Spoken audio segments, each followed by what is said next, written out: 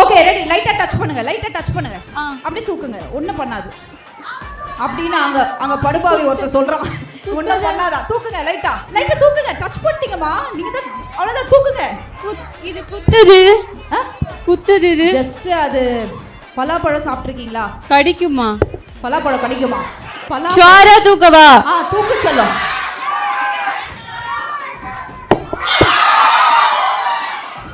Super. இல்ல she is given a good try, அதனால அப்படியே ஓபன் பண்ணிட்டேன்.